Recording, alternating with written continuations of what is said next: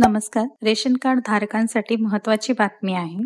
सरकारकडून ration card धारकांना मोफत तांदूळ दिला जातो. मात्र आता मोफत तांदळाऐवजी सरकार आता 9 जीवनावश्यक गोष्टी देणार आहे.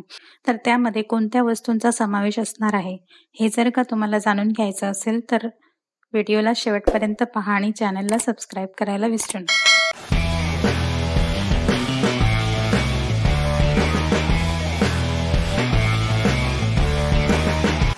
भारत सरकारने शिधापत्रिका धारकांसाठी एक नवीन आणि महत्त्वाची योजना जाहीर केली आहे. या योजनेमुळे देशातील सुमारे 90 कोटी लोकांच्या जीवनात बदल घडेल असे सरकारने आश्वासन दिले आहे. या नवीन योजनेअंतर्गत शिधापत्रिका धारकांना आतापर्यंत मिळणाऱ्या मोफत तांदळाऐवजी 9 जीवनावश्यक वस्तू देण्याचा निर्णय केंद्र सरकारने घेतला आहे.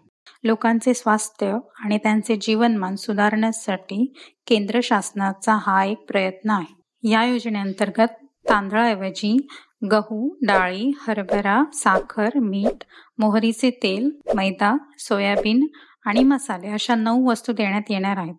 तर या योजनेची सुरुवात कधीपासून होणार आहे, कोण कोण या योजनेला पात्र असणार आहेत, यासंबंधी अजून तरी कोणता अपडेट आलेला नाही. जेव्हा येईल तेव्हा त्याबद्दलचा व्हिडिओ आपल्या चॅनलवर येईल.